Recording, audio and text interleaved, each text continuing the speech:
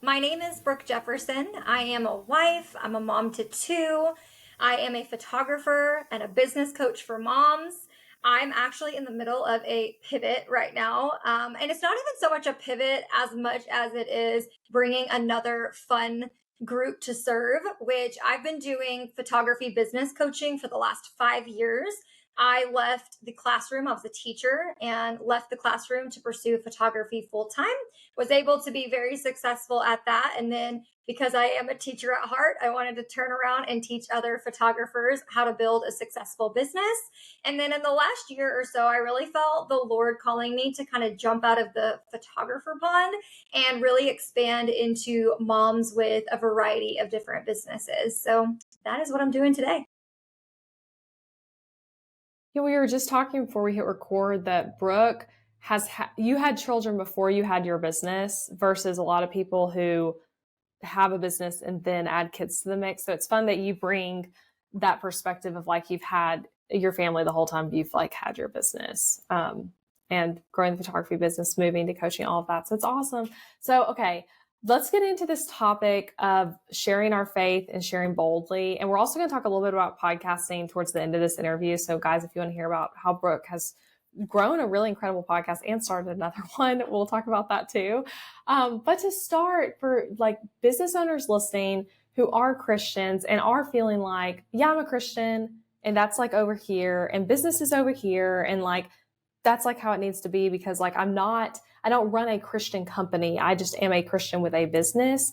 What would you say for like why we should infuse our faith into our businesses versus just letting business be business and faith be faith? Yeah, so I used to think this exact same way, and I would compartmentalize my life into marriages in a box, motherhood is in a box, businesses in a box, and then faith would get the next box. And I really feel like God has really started to show me that it actually all depends on one another. It affects every area affects the other one. Just like if you're having a bad day, you're not going to be in the best mood to want to serve your clients, right? Because all you're thinking about is how you're in a bad mood.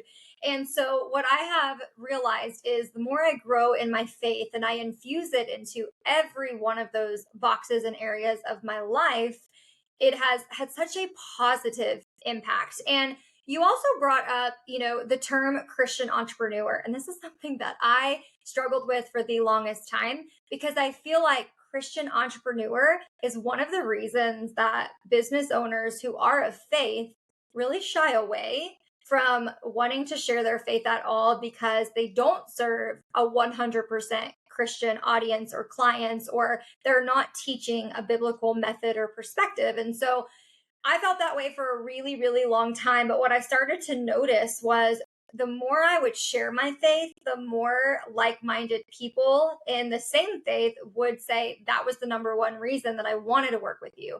I wanted to listen to your podcast because I knew that we had a connection point of values. And so while you might think that faith is a completely, separate thing, I actually think that bringing your faith and your values, it really does spill over into every area of your life.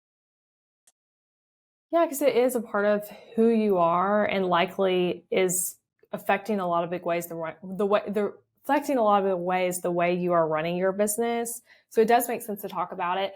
A question with that, because you said how like talking about your faith brings you more like-minded customers, even if you are not directly being like, I'm a, say, business coach for other Christians. How do you feel like you talk about your faith in a way that's not alienating to someone who does not share the same faith? When you are not, like we're saying, you're not a ministry, you're not like a Christian business coach. Yeah, so this can look so differently, but I had to start out in small ways of just, being confident enough to share little ways of my values and my faith. And I really got more bold probably back in 2020. And before that, I would just sprinkle it in. And then now faith has really moved into being one of my brand pillars because it is what I am known for. It's become a brand thing for me. But I share it through sharing glimpses of me reading my Bible in the morning, or if I listen to a worship song, or if I listen to, a church sermon and it really touched me in some way, I feel compelled to share it And then there's always that one or two people that are like, I needed this today. And so after sharing, that just like showing my faith and then keeping it separate from business and then ultimately bringing it into business, I kind of gained confidence to continue to share my faith that way. And I think, for a lot of people, and I was scared at first. I also didn't want to alienate anybody or lose clients, but one of the most important things in business is to remember that you're always in the market of attracting and repelling people. Like, you're not ever going to have 100% of your audience love you. And so you just have to, you have to be okay. And you are, and I'm not going to lie, you will lose followers. You will have clients not want to work with you because they don't like the idea of faith. But just know that for every no, there are, your dream clients over here wanting to say yes to you. Yeah. And I do think, like, especially as personal brands, like it's almost like you're given this way through, like the Lord is giving you a platform to talk about things that matter to you. So it can feel like you, and not everyone I think might feel led to share their faith, but if you do feel like God has put that on your heart as part of like your business, it's worth doing. And something I'd add to, I totally agree with what you just said, Brooke, but like I love and respect and learn from so many business owners who have completely different, I have plenty of friends who have completely different beliefs than me. And I don't find, when I think about business owners specifically, and so this is what I want people to think about, someone who is of a different faith, or maybe they're more into like new age and woo woo stuff, I can still learn from them and like want to buy from them and not have the same faith as them. And I think a lot of people aren't there in life because we have a lot of like cancel culture vibes going on and like taking sides of things. But for people who can get there of like, hey, we like don't have the same opinions on something, and that's fine. And so I think it's helpful to remember that like just because someone doesn't agree with you on this one thing doesn't mean they don't want to like buy from you in this other way or work with you, as your them being a photography client or a copywriting client or whatever it is. So yeah, I think that's really helpful. With that in mind, for people who are like, I want to infuse my faith into, let's start with like a client experience. So thinking about working with one-on-one, and I also love to hear about when it's not clients, but when it's like actually customers, and then therefore less touch points. But specifically for people who have clients, again, not doing like a ministry type job, how can we infuse our faith into that client experience? Love this question because I feel like the options are truly limitless. And I really want to encourage you, if you are someone listening and you are afraid to share your faith, but you want to because, it's just, that's just who you are, right? Those are your values. I want to encourage you to start in really small ways. And so for me, it starts with, how do you treat people? What are your company values? Because in today's world, it is very common to have really bad experiences. And something else that I've noticed where I'm like, oh my gosh, we have totally lost the sense of human to human connection and how we treat one another. When I'm on Facebook and I'm scrolling Facebook groups or it's popping up on my home feed, and I'm just watching these business owners bash their clients and everyone's joining in, and I'm like, oh my gosh, it just breaks my heart. This world is too small for that not to get back to them. But the other thing too is just the way that you lead. I like to think of this verse, and I have it sitting next to me because I didn't want to butcher it. But this verse that comes out of Matthew 5:15 through 16, it says, "Don't hide your light, let it shine for all. Let your good deeds glow for all to see, so that they will praise your heavenly Father." So I like to think of it as, how can I just be that and represent that and be a light without necessarily having to shout from the rooftops that I'm a Christian? People can sense that. And so I think just the way that you treat people is a major way that you can really infuse faith in your business, again, without having to have a banner that says you're a Christian. Oh, I love that. And that's such a relevant verse. Where was that in Matthew again? Chapter 5:15 through 16. Okay. I'll be sure to put that in the show notes too. But that feels so super relevant. And I love that answer if it's about like the way we show up and how we treat people. Would you feel like there's anything different when it's customers, not clients, where we're like, because with a client, we are interacting more directly with them maybe, but with a customer, especially selling something like digital products, like for me with website templates, for example, it's like I'm not getting to necessarily even talk to every person who buys before they buy, or maybe not doing as much one-to-one. Do you have any thoughts about that?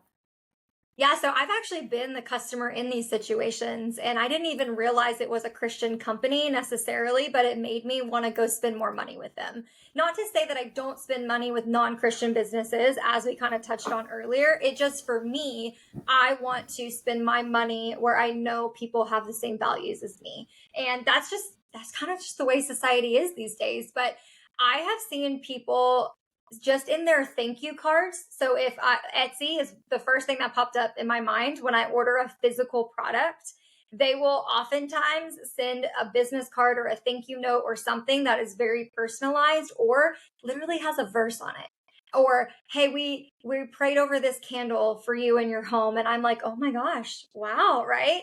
And so I think there's different ways that you can do this. But even if you're not someone with like physical products, I think it's all on the follow up. You can do the exact same things that you would say to a one-on-one client through a customer by sending a letter or even a handwritten card. Just, if it's something that you want them to know about, that's a great example. But another way to infuse it just into your business in general is just to pray for your clients. You don't have to do it in front of them. They don't have to know about it. I've had many mentors that would offer to pray for me in person, but I know I've had many who prayed for me behind closed doors, and it just makes a complete difference for me.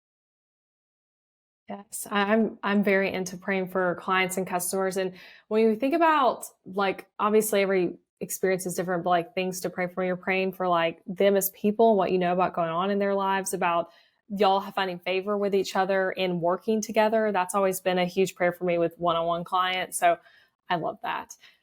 Thinking outside of our time with clients and that aspect of our business, in our day-to-day work beyond client work, how can we invite God into our business and bring him intentionally into our business and even into like our marketing?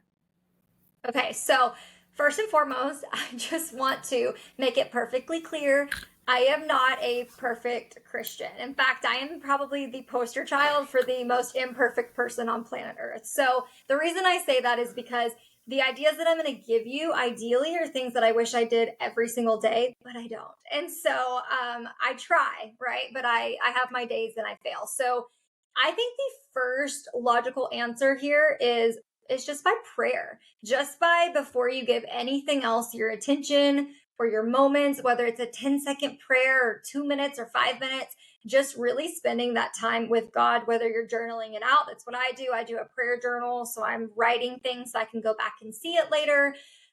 Really just spending time and then always realigning yourself with your plan and the plan he has for you. And, just getting really clear so you don't get sidetracked later in the day. That is probably the easiest way to really invite God into your everyday, is just continuing to have that prayer and open conversation throughout the day. Yeah, I love that because it can be easy to be like, I do a morning devo and then I go to work and then I'm even when we work from home and then I'm back at 5 and now it's like you're almost putting God away in that, like when it's not the quiet time. So yeah, and it is hard to remember to do that, but yeah, bringing God into the situations and praying throughout your day and talking to Him, and also think about, like you were saying earlier, of like showing up in the way we want to like represent God well when we're calling ourselves Christians. So I love that. If someone, so I know a lot of people listening, because I literally have had messages like this with people so many times, in DMs or in like book.design or within our like podcast Facebook community, but people who are building personal brands but are feeling nervous about sharing their faith. What advice would you give them? Yeah, my biggest piece of advice as far as helping you gain more confidence with sharing or to give you ideas for sharing different, sharing your faith in different ways would be to surround yourself by people who are already doing it. I felt like that was major for me whenever I wanted to be more bold about my faith, but I was nervous about it. And so the more that I would listen and watch other people doing it, the more I became confident to do that on my own. And my other piece to that too is you can start out small. you don't have to hang a banner up, right? Like I said, of I'm a Christian. It can start really, really small and just infusing it in little different places. Again, best place to start, you could start sharing on your Instagram stories or in an email. You could talk about a story about how you were leaving church or what you got that day. Or simply another thing that I did in the very beginning was whenever I was in my Bible time in the morning, I would take a picture on my Instagram story or a boomerang, and then I would just put like what was coming up for the day. And so people could see it, but I wasn't necessarily talking about it. So start out really, really small with bite-sized ways, and you will gain more confidence and be more bold in sharing your faith.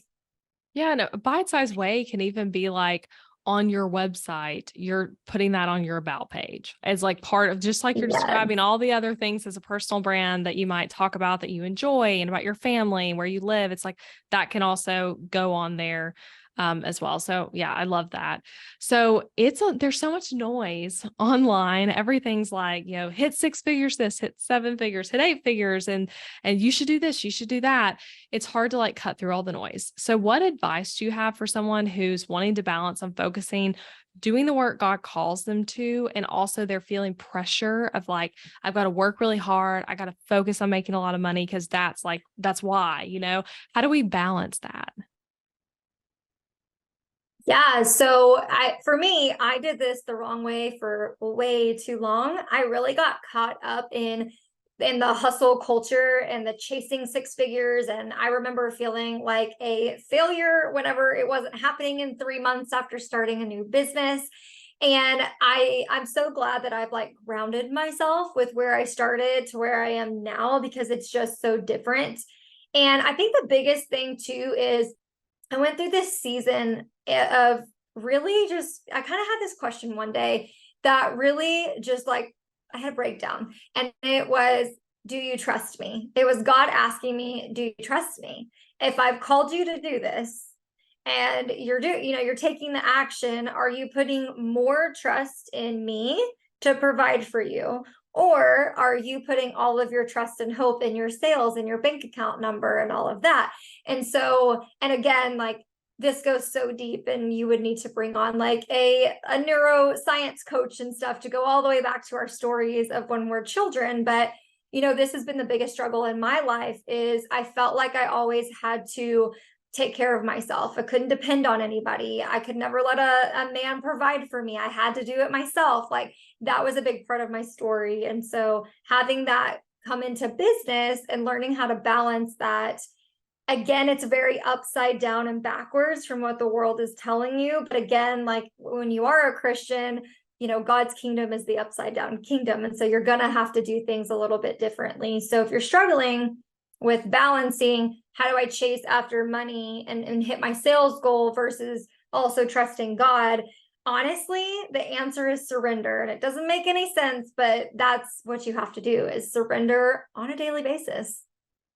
Yeah, and you're right, it doesn't necessarily make logical sense, but once you like experience I would say like need in your business to do that, like when you realize that like, hey, my success is not all my own and I can't do this all on my own, it makes it a lot easier versus when we live in like kind of the false reality that like, hey, everything is because we did this great way and it's no blessings from God. It's just like us and our effort, which is not how it actually works. But when we think that way, it can feel harder to do what you're saying. But once you realize, where your strength comes from and like the ways God's blessing you in your business, is really helpful. So I love that, Brooke. How would you encourage Christian business owners to show up bigger? Man, yeah, I think that's even something that we could all ask ourselves. So the listener really asking themselves, how can I take my next step? How can I go bigger? If I'm already talking about it, how can I go bigger? And for me, it's really about just being more bold. And my biggest ask would be, while the world is begging you to bend and sway from your values so that you'll be more popular and be more accepted and make more money, my biggest ask is just for you to stay true to your values and not be ashamed for what you believe in, because the world is crazy out there. You guys, it's only going to get worse. The Bible like preaches and teaches to you that persecution is a natural part of this journey because you are walking the narrow path. And so I just want to encourage you to be bold. And some days when it feels like, people are tearing you down, or you get like a nasty message in your DMs, which, by the way, I also want to encourage you guys, that has only happened twice in the entire 10 years that I've even shown up online. I mean, it doesn't happen. And maybe it's because I don't have a million followers. I don't know. But also, like, I'm prepared for that when it does happen. But for the days you feel really lonely about it and you're in your own corner, I just want to encourage you that there are plenty of us Christian business owners that are here with open arms to support you and encourage you and cheer you on. So just be a little more bold today. That's my big ask. Yeah. And that's a good point. Like, it's going to look different for everyone. And maybe even asking God, like, hey, what are you calling me to for me specifically? Like, that might look different than Elizabeth and Brooke, or different than this other business owner over here. But how is God calling you to show up in your business with your unique clients and customer situation and your unique platform too? Because, like right now, Brooke, we're having this conversation on my podcast, and it's like, I have this platform that I can bring these conversations, and everyone listening has different kinds of platforms too, whether it be social media or other types of content you're creating and things like that. So I really love that. Okay, let's talk a little bit about podcasting. I know it's like a hard pivot, but it is like when we were talking about having you on the podcast, it was like, okay, I really want to talk to her about faith, but I also really want to talk to her about podcasting. So let's tie the two together. So let's first, I guess, talk a little bit about your two podcasts and your journey as a podcaster and like what you've done with your first show. I know the other one's very new, but just kind of what your journey is like there to give some people some context of your podcast. So it might feel like a hard pivot for you, but for me, I'm like, nope. I mean, I think it kind of fits because I wasn't really a huge listener of podcasts when I started mine. I just had a show here or there that I would listen to, and I was very new to the podcasting world. But again, it was a year after I left the classroom, so 2019 is when I started my podcast. Nobody asked me to. Nobody was begging for it. I just felt like compelled and called to start a podcast. And so I did. I started with an audience of 0 people, and I grew it from, I remember in the first 3 months, there were probably a max of 10 to 12 listens per episode, not even kidding.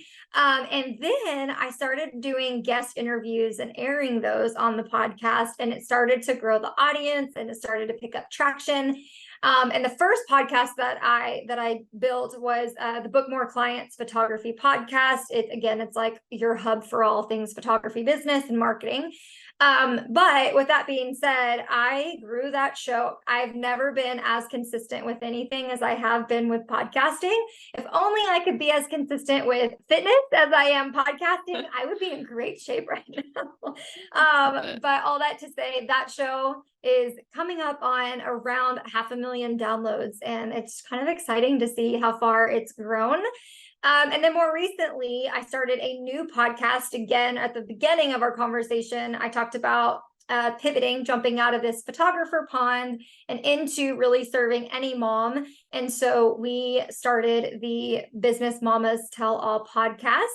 And that show, the whole reason that I did that show was because I wanted to give short, actionable episodes for moms because we are busy. We don't have time to listen to, an episode every single day. And I wanted it to be solo episodes, short, quick, and actionable. And then there are interviews on there with other moms in business talking about the journey. Like, how did they get into business? Did they used to work a corporate job? Did they grow up from the time they were 10 years old wanting a business? And so I wanted to create this next podcast as a way to really encourage moms and give them practical business strategy. So with your 2 podcasts, why not just pivot the Book More Clients podcast to a new, because I know you're not really planning, at least right now, to produce more episodes on it. Why not just keep that same feed, keep all those reviews, all those people who are subscribed, and change the name and the content like way of doing it? Yeah, such a good question. So I wrestled with that a lot and had to journal about it and had so much confusion. And there's two reasons. Number one, as I journaled it and prayed about it, I really felt like God was like, no, we're going to start new, right? We're going to clear that bench and we're going to start new. And if you will trust me, I will show you like what we can do with this new business pivot. I also didn't want any confusion with the current listeners because not everybody in my photography audience is female, nor are they moms. And so I felt like it was almost a disservice to them. Not that they couldn't take away from the business strategy, but that I know my niche and I know my ideal client to a T, that I wanted to make sure that both podcasts were still there to be valuable resources rather than just, using the same podcast feed to start something different. So yeah, I don't know, conviction and market research. I know, because I was curious because I feel like you could argue both ways. And I've seen people do both ways of like, just changing everything. And sometimes even people deleting all the episodes, but then keeping all the reviews. I mean, yeah, there's a lot of different reasons and ways. So I love hearing your answer. Okay. Now another question with podcasting. So you're starting this new show. You did the other show. What did you say that was in? Did you say 2019, 2020 that you started, or 2018 that you started that podcast? 2019 was when that Okay. first one came out. Yeah. Yeah. So thinking about what you did early on the Book More Clients podcast versus your new podcast, are there any things that you're like, hey, I'm going to learn from a mistake I did with that podcast and change? Or are there things too where you're like, oh, wow, I did that really well and it worked really well and I'm definitely going to do that again? Yeah, the biggest mistake that and I guess it's more like a learning lesson, I wouldn't even say it's a mistake, is I waited way too long on that first podcast before I was okay with pitching an offer. So the first, like if you go back, you won't hear a single pitch for the first year and a half that I did the Book More Clients podcast. Nothing. There's not a single thing on there. It's just free value, not a single pitch. So this time I want to, because I view selling very differently, right? I know that I'm serving through coaching, through selling. And so I am not going to wait that long to pitch on my episodes. And what I would say though, more than anything, I'm using it as a model of how a successful podcast, how I built one, and then using the same structure to build this second one is really what I'm using it to compare myself with. Yeah. And it's interesting. I think a lot of people are afraid to like pitch their stuff. And I also waited too long-ish in a different way than what you're saying, but also waited too long. I know you said you felt like you saw a lot of traction with that podcast once you started having interviews. Can you just talk more about that of like why interviews and how specifically, like how you leveraged the interviews to get more listeners? Yeah, so I see some podcasters out there that are willing to host anyone and everyone on their show. And I have been a really big gatekeeper for my podcast and always asking myself when I do have interviews, whether someone is pitching me or I'm asking them to come on my show, I want to make sure that it is fully aligned with who's listening. If it's something that I feel is totally too advanced, I say no. If it has nothing to do with that particular client or business, I also will not have them on the show. The reason that I think it was so successful is because, again, it's a great way to get into new audiences by sharing each other's audiences, by being on someone else's show, but also bringing so much value that aligns with what your episode is supposed to be about, your whole show, and it really adding to them being like an addition to what you're already talking about as well. So I just think being very mindful about who it is and what it is y'all are talking about. That's what made mine so successful. I love that. And it is like, yeah, guest interviews are hard in my opinion. Some people are like, oh my gosh, I don't even want to talk solo. I just want to only do guests because that feels easier to them. To me, solo feels easier. Both from like a planning purpose and like interviewing can feel intimidating. It took me a long time to have a guest on my podcast because I was like, I'm afraid to interview someone. So that's like everyone's different perspectives on that, but I can totally see it. I've seen it in my own podcast as well, how interviews help grow shows. For someone listening who's like, hey, I also want to start a podcast, but it feels so oversaturated now. What thoughts do you have to share with them on that? So saturation is just one of those topics that I can riff on all day long. But what I will say is podcasting is growing because there is a demand for it. So what that means is if you are desiring to have a podcast, there's a demand for it.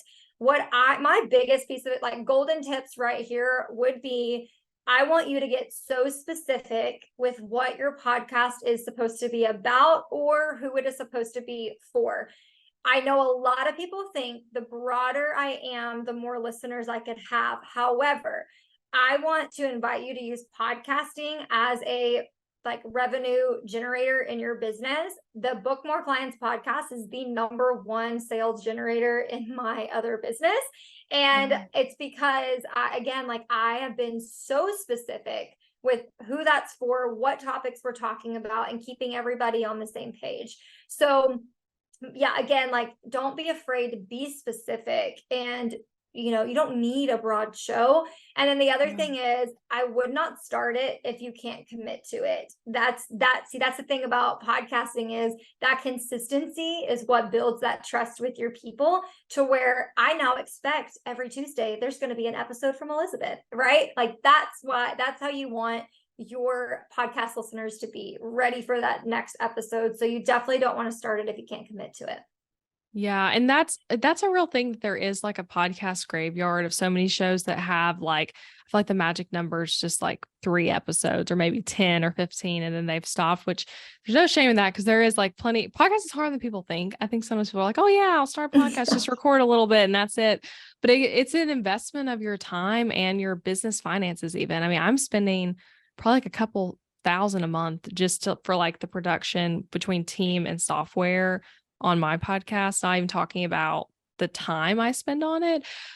So it is work in that sense. And that's something to remember. And something you said too, I want listeners to not be intimidated to start the pod, or to try it when you're not sure if you can commit, because things to remember too is you can switch to like once a month, you can switch every other week, you can switch to seasons. But something I like to encourage people in is like trying for like the minimum viable product concept of just like commit to like 10 episodes, 6 episodes, whatever it is, your number is that you're going to do. And then be like, okay, I'm going to evaluate after this amount of time. Do I want to keep doing this?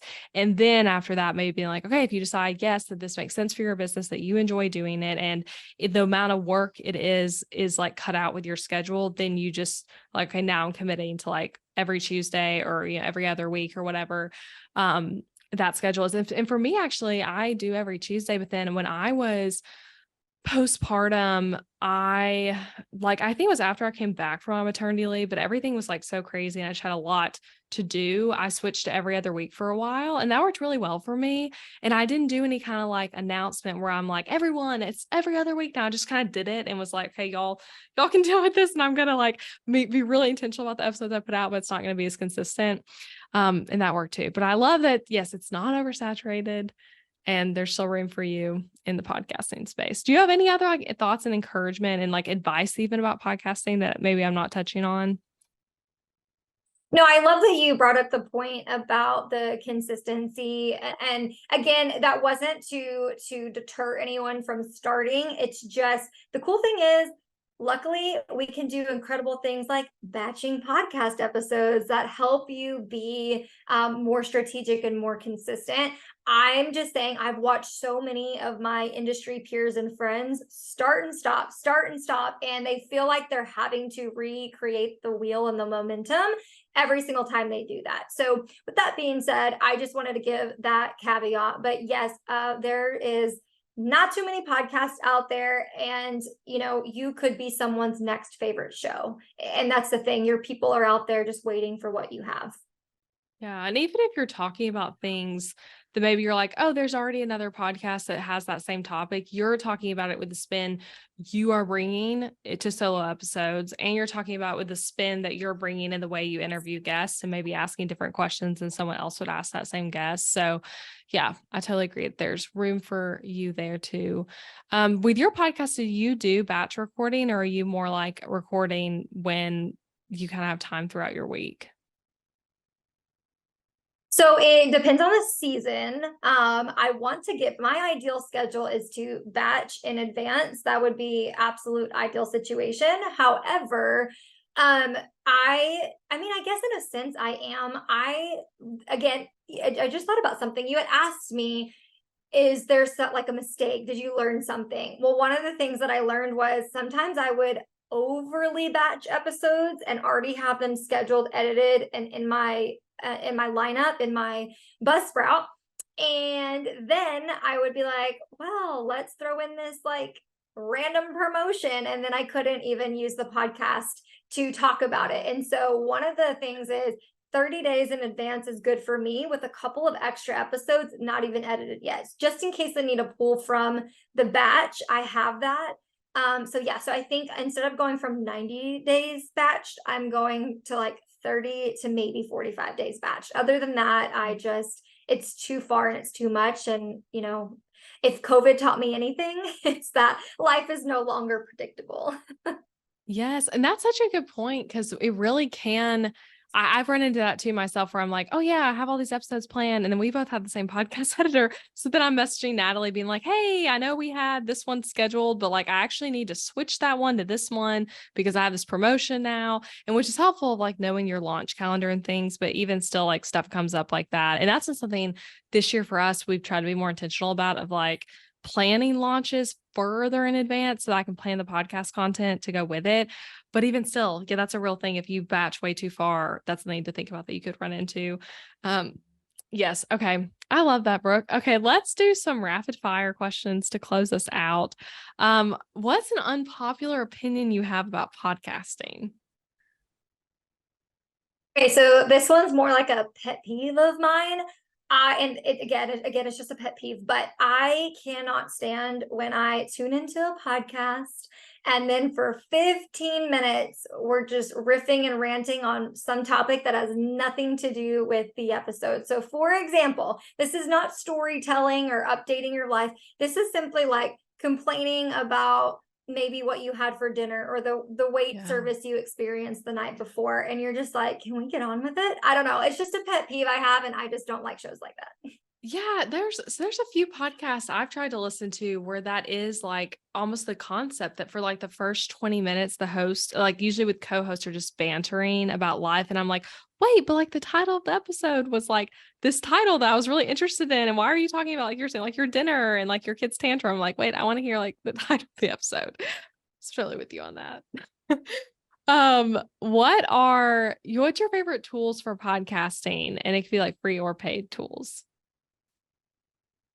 So the tools that I use right now are Buzzsprout, which is where my podcast is hosted. I know a lot of people were going for more popular ones, but I started with Buzzsprout and I absolutely love them. And that's a paid tool. I use a free tool called Fathom. It's one of the AI tools, and I know there are so many out there. I know you use Riverside, which is really cool for all the production tools that it does. But I use Fathom for the podcast interviews and also for coaching clients because it records your entire conversation and they make such smart, it just summarizes it better than even I possibly could have. And so I like to use it to kind of help us plan out important bullet points, show notes, things like that. And then I was just introduced to a brand new paid thing yesterday called Cast Magic, and you upload your podcast or YouTube or whatever it is that you have, and it will literally create newsletters, show notes, 10 episode titles or blog titles, keywords. It is the coolest thing ever. And so it's like having a virtual assistant for podcasting. So I love it. We're going to look into it and see how we can use it. Wow. Okay. I'll definitely look at that myself and link to that in the show notes. But that sounds really cool. And with Fathom, I also use it for one-on-one coaching calls. But I had not thought about using it for podcasting, but I can see how you can, while using Zoom, use that to like mark clips and get it to take nice AI summaries. If the Fathom AI summaries always crack me up. I have a mastermind in where we use Fathom on the calls, and like the summaries are so funny because it's like so correct, but it's like, wait, is that really what we were just talking about for 30 minutes? That it's like Yes. describing it as the answer. Yeah, so that's awesome. Okay, I have two more really questions for you. One, you have used my templates quite a few times. You just recently got the new carry template, which is really fun. I'm thinking that's for your new podcast is what you told me, but I'm curious what you would say to someone who's like considering getting one of the templates. Yes, so I recommend your templates all the time because oftentimes when someone, especially a photographer, is switching from something like Pixie Set, something that was very easy but not customable or customizable, they will switch to show it. And the first thing I hear is, oh my gosh, I'm so overwhelmed. And I'm like, I know it's a learning curve, but what makes it easier is by getting a template where it's so easy to use. And the reason that I love your templates the most is because you include instructions, videos, a little course. Here's how to use it. Here's how to do absolutely everything that you would need to do. And I love how different your templates are from one another. And also, if you use multiple templates of Elizabeth's, you can actually combine them and make your own website. So I have done that a lot. I will use sections from an older template that I've had, combine it with the new one, switch it around a little bit. But I love how, plug and play everything is. And it's so cool to watch people that buy your templates and how all the websites look different. I don't know, it's just really cool to see. And yes, my website, hopefully by the time this airs, will be completely done and you guys can see what I did with the carry template. Oh, I love that. And I love what you just said too about mixing and matching, because that is like such a fun thing once you feel like you know your way around show it, which I know you do, that like it can be like, oh yeah, like I really like this canvas and I'm gonna like it's from this template I bought a few years ago, but I'm gonna add it now into my new site and vice versa. So yeah, it's really cool. Okay, a last like question: what encouragement, kind of bringing it back to our original topics? I know it feels like this was like we had two topics. They really relate though, because podcasting relates to having a platform where you could share and about your faith. But any like last like words of encouragement about sharing our faith boldly in our business, just to bring it back to that topic before we close? Yeah, I think for you, you just have to decide how little or how much you really want to infuse your faith and be bold about it. For me, like I said, it's been a journey. I went from just sharing very little to almost being not necessarily ashamed, but just out of fear of what people were going to think, what people were going to say. Am I going to lose clients? To the last 3 years, today, I will probably be super bold about anything that has to do with faith. I'm not really afraid to go against the status quo. I'm not afraid to share my opinions on something.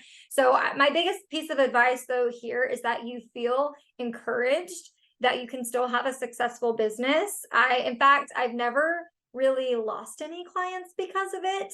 In fact, I had gained a client who wanted to make sure that just because she didn't believe what I believed, that I was still going to be able to serve her through coaching. And so I just want to encourage you that by sharing your faith, it doesn't necessarily mean that you can't have a successful business or you won't make any money or people who aren't a Christian won't work with you or buy from you. I think that's just one of the fears that the enemy likes to taunt us with. And so if anything, I hope this encouraged you. And I just ask that you be really bold and stand firm on your values. Yeah, and if anything, God might use you in really unique ways that he wouldn't have been able to otherwise had you not like shared that you were a believer and opened that up as like a conversation even to like have with someone online or with a client or with a customer. So I've definitely been in that position before where I'm like, oh yeah, the fact that I like talked about this to begin with is why this person felt that they could message me this question. And now we're able to talk about this thing we wouldn't have been able to otherwise. So I love that, Brooke. Okay, tell everyone where they can find you and connect with you. Yeah, so you can find me, best platform to find me and chat with me is over on Instagram. My handle is at the Brooke Jefferson. And then come check out one of the podcasts. It's Book More Clients Photography Podcast for my photographers out there, or for all of my mamas in business. Come check out the Business Mamas Tell All podcast. Yes. And I was on your Book More Clients podcast a while ago now, but I can link to that episode because that was a fun conversation about websites. And then we have an interview coming up on your new podcast, which may or We do. I'm guessing this will probably air before that happens, but you guys can watch for me to be on Brooke's podcast. I'm really excited about that. So thank you though. This was such an amazing conversation. Thank you so much. This was so much fun.